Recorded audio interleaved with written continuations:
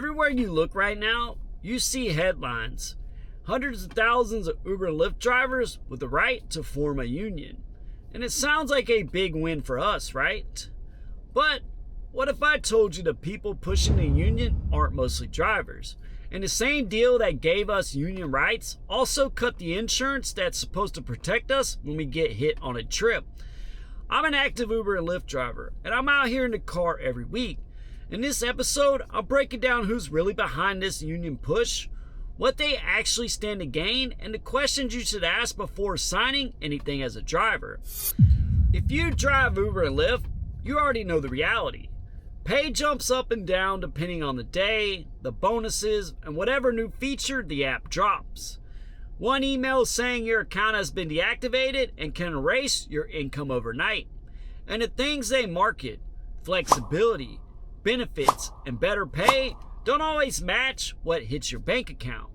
So when somebody shows up and says, "Hey, we're building a driver union to fight for you," it hits that frustration. You feel like, finally, somebody's on our side.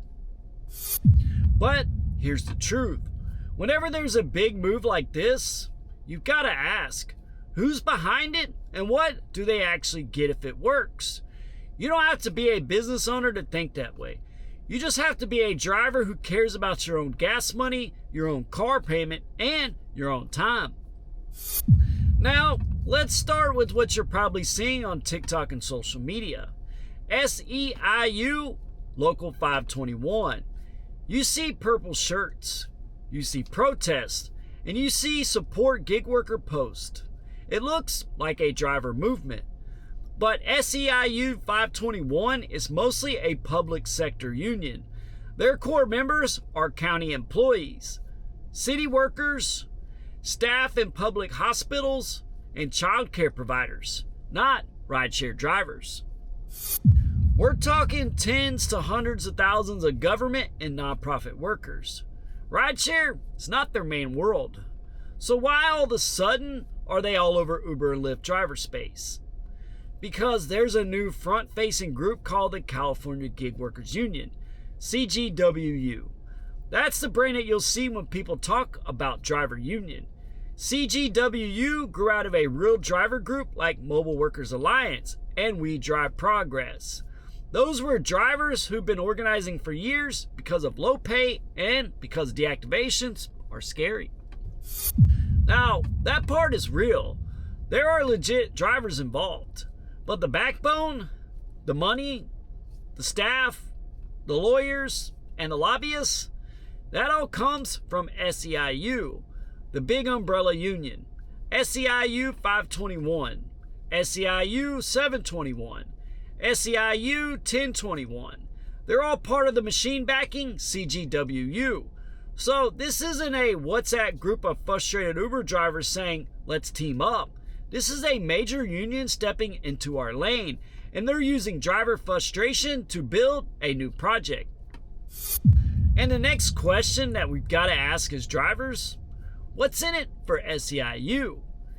Big unions live off two things: dues and political power. More members means more money coming in, and more people they can move when it's time to vote or push a law. Look at our world. In California alone, we're talking about hundreds of thousands of Uber and Lyft drivers who could fall under one union banner.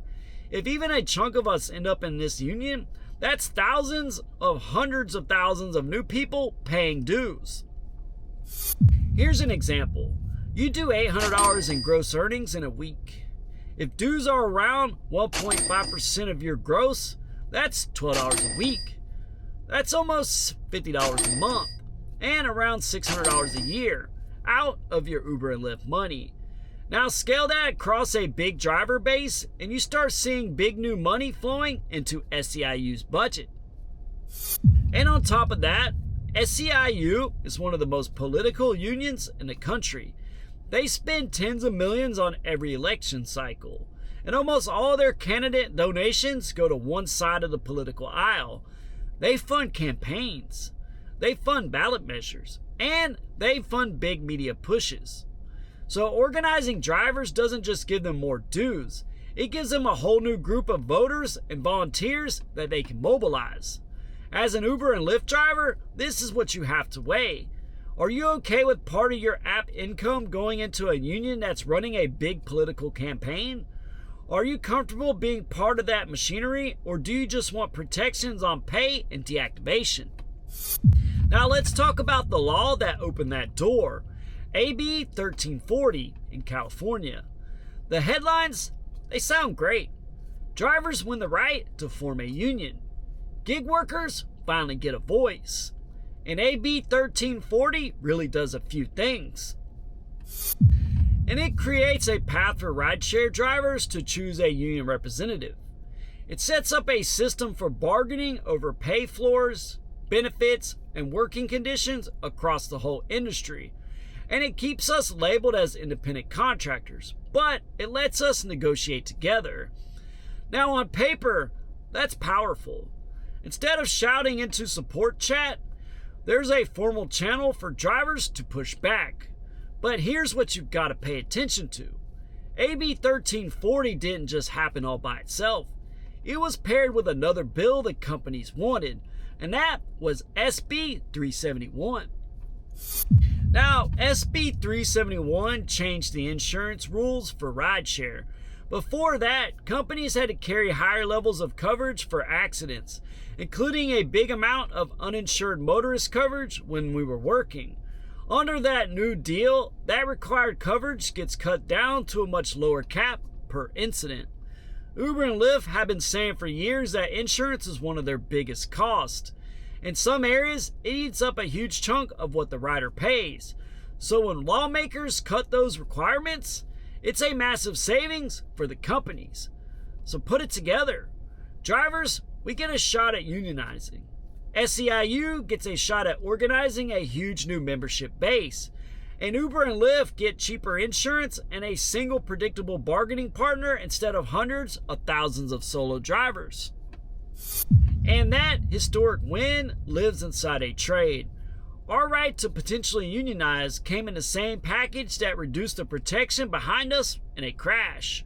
As an app driver, we've got to ask, did they trade away some of our safety net to make this deal happen? And does that trade make sense for you as the one who's actually sitting in the car? Okay, does a union actually help drivers? There's a no one-size-fits-all answer. It really depends on how you use the apps. If you're a full-time driver, you're on the road 30, 40, 50 hours a week, Uber and Lyft is your main income and maybe your only income, and one slow week and one deactivation can wreck your bills. For you, a union might be a real benefit. Negotiated minimum earnings that stop the race to the bottom. A clear process when the app wants to deactivate you, instead of begging support and sending emails to the void. And a voice at the table when new pay structures and policies roll out. And if you already live like an employee without employee protections, these things can be worth paying dues for. Now, if you're a part-time driver, maybe you just drive after work.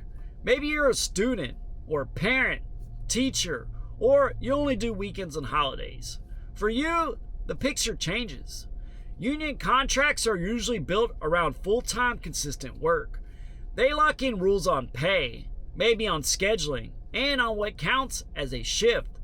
That can make things more stable for long-hour drivers, but might not fit into how you jump on and off the app.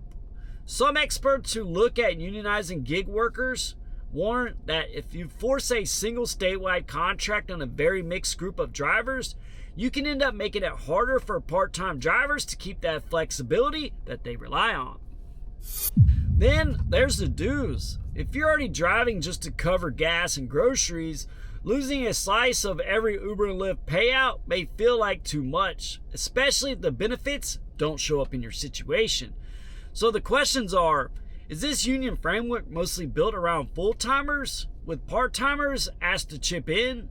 Are you personally likely to see the protections or just the dues? Now, let's be straight about what joining a union means beyond the contract. When you sign a union card, you're not just saying, fight for my pay. You're joining an organization with a bigger mission. Your dues help pay organizers, staff, lawyers, and they also help fund political work. SEIU is deeply involved in politics. Almost all of their candidate money goes to one side. They back ballot initiatives, big campaigns, and they mobilize their members to push certain laws. If that lines up with your beliefs, that's cool. But as an Uber and Lyft driver, you deserve to know. A chunk of your pay would be going into that system. Your name gets added to their list when they're pushing their next campaign. And at the same time, Uber and Lyft, they have their own political game going. They spent big money fighting regulations that they don't like. They consistently tweak pay without warning. From where we sit, you basically got two big players, the companies and the union, moving pieces on the board, and the drivers, we're in the middle. And here's where I stand, driver to driver. The frustration is real. The low pay is real. The fear of deactivation is real. That's why drivers started organizing in the first place. A union could give some drivers a real voice and real protections. That is true. But this particular setup, a big union backing a gig worker union through a deal that also benefits Uber and Lyft, is not a simple feel-good drivers win story. And that means we gotta stop listening to slogans and start asking questions that matter to our pockets. Now, here are some questions I want you to think about as an Uber and Lyft driver. Now, 1, based on what you actually make after gas, maintenance, and wear and tear, can you realistically afford union dues every month? 2, for your pattern of work, full-time grind or part-time extra cash, do the promised protections actually touch your situation? 3, in this deal, the union gains more members and political power. The companies, they save on insurance.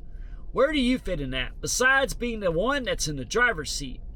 And 4, are you okay with staying an independent contractor, but now paying into a structure that you don't control? And 5, the biggest one, does this union setup feel like it was designed around drivers like you, or does it feel like drivers were plugged into it to help other people hit their goals? Now, those aren't easy questions.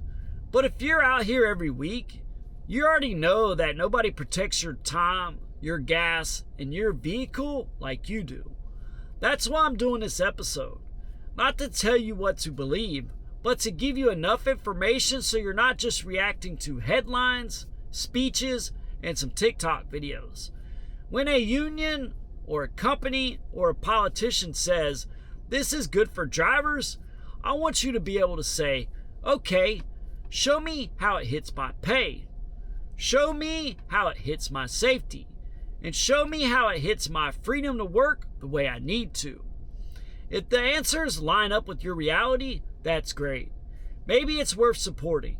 If they don't, you have every right as a driver to push back, ask for better, or just say no. So take those 5 questions, sit with them, and look at this union push through your own situation. Not mine, not theirs, but yours. And let me know in the comments, based on your driving style, is this union really built for you or mostly for somebody else? I'll be reading everything, and we'll talk about it in a future episode. But I do these episodes to help you guys get the real information, so you can make better informed decisions based on the actual facts, not just on some marketing.